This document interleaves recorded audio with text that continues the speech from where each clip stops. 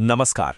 आज हम एक ऐसी कहानी की पड़ताल करने वाले हैं जो हमारी कई सुनी सुनाई मान्यताओं को शायद हमेशा के लिए बदल दें।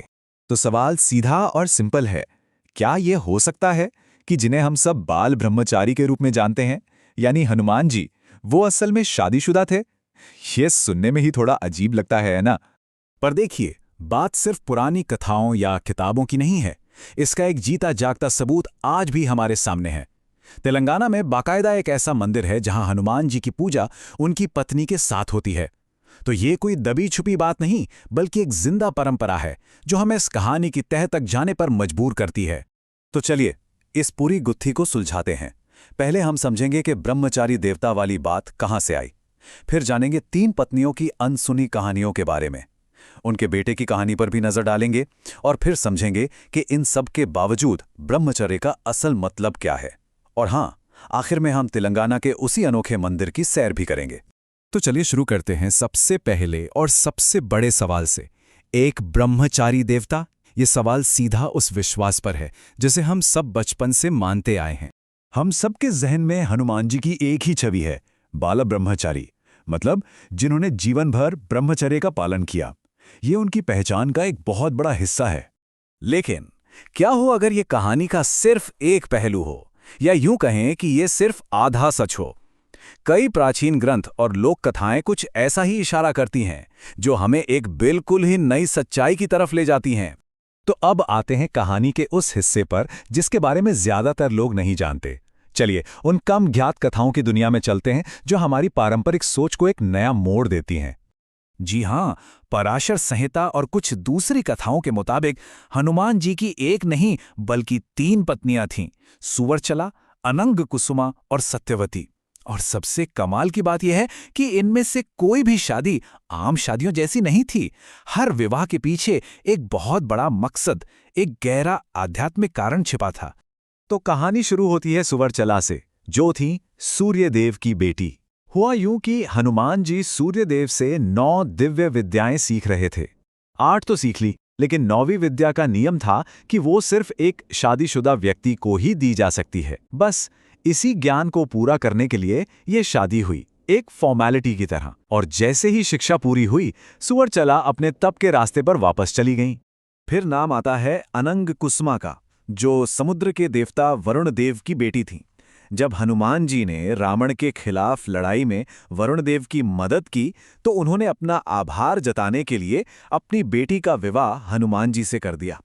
ये भी एक तरह का प्रतीकात्मक विवाह था, एक दिव्य नियम को पूरा करने के लिए।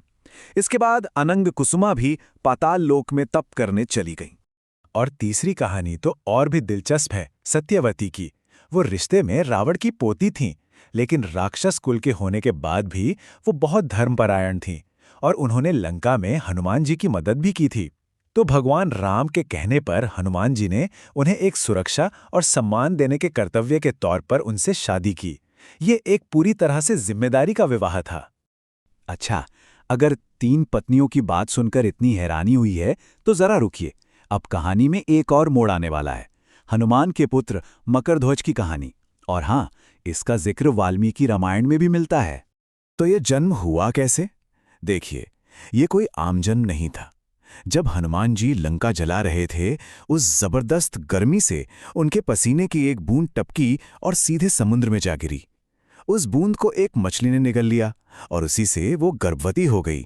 और इस तरह जन्म हुआ मकरध्वज का, जिसमें ताकत बिल्कुल अपने पिता जैसी ही थी। लेकिन कहानी में ट्विस्ट तो अब आता है।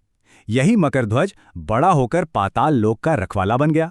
और फिर एक दिन जब हनुमान जी खुद राम और लक्ष्मण को बचाने पाताल लोक पहुंचे, तो दरवाजे पर उनका सामना अपने ही बेटे से हुआ। और कमाल की बात यह कि उस वक्त दोनों में से कोई भी एक दूसरे को नहीं जानता था। तो ये सब जानकर सवाल फिर से वहीं आ जाता है, 3 विवाह, 1 पुत्र, इन सब के बावजूद हनुमान जी अखंड ब्रह्मचारी क्यों कहलाए? चलिए अब इस पहेली को सुलझाते हैं। इसे समझने के लिए ना, हमें 2 तरह की शादियों का फर्क समझना होगा। एक होती है सांसारिक शादी, जिसका मकसद घर गृहस्थी और परिवार बढ़ाना होता है। और दूसरे थे हनुमान जी के विवाह, जो असल में औपचारिक थे। इनका मकसद था ज्ञान पाना, अपना कर्तव्य निभाना और धर्म का पालन करना। और यहीं अखंड ब्रह्मचर्य का असली मतलब सामने आता है। ये एक ऐसी हालत है जहां शादी एक मकसद को पूरा करने का जरिया थी, मंजिल नहीं। इन विवाहों में कोई भी सांसारिक या शारीरिक बंधन नहीं था, इसलिए आत्मा और कर्म के लेवल पर उनका ब्रह्मचर्य का व्रत कभी टूटा ही नहीं। मतलब सीधी सी बात यह है कि ये शादियां एक मकसद के लिए थीं, शरीर के लिए नहीं। जैसे ही वो मकसद पूरा हुआ, सब अपने अपने आध्यात्मिक रास्ते पर आगे बढ़ गए। कोई घर गृहस्थी नहीं, कोई पारिवारिक जिम्मेदारी नहीं। और यही बात हमें वापस उस जगह ले आती है जहां से हमने ये सफर शुरू किया था, तेलंगाना का वो मंदिर जहां ये पूरी कहानी आज भी जिंदा है। नाम है इसका श्री सुवर्चला सयुता हनुमान मंदिर। खम्मम जिले में बने इस मंदिर की सबसे बड़ी खासियत यही है कि यहाँ हनुमान जी अपनी पत्नी सुवर्चला के साथ पूजे जाते हैं। आज ये मंदिर नए शादीशुदा जोड़ों के लिए एक बहुत ही खास जगह बन गया है, जो यहाँ एक खुशहाल शादीशुदा जिंदगी का आशीर्वाद लेने आते हैं। तो इस मंदिर में ना हनुमान जी सिर्फ बल और भक्ति के देवता नहीं हैं। यहाँ उन्हें रिश्तों में समझदारी और संतुलन के प्रतीक के तौर पर भी देखा जाता है। ये एक तरह से हमें सिखाता है कि रिश्ते निभाना भी धर्म और कर्तव्य का ही एक रूप है। तो आखिर में ये पूरी कहानी हमें एक बहुत गहरे सवाल के साथ छोड़ जाती है। जब हम ये जानते हैं कि शादी और संतान भी धर्म और निस्वार्थ सेवा का एक तरीका हो सकते हैं, तो क्या इससे भक्ति और कर्तव्य को लेकर हमारी अपनी समझ में कोई बदलाव आता है? ये एक ऐसा विचार है जिस पर सोचना वाकई में बहुत दिलचस्प है।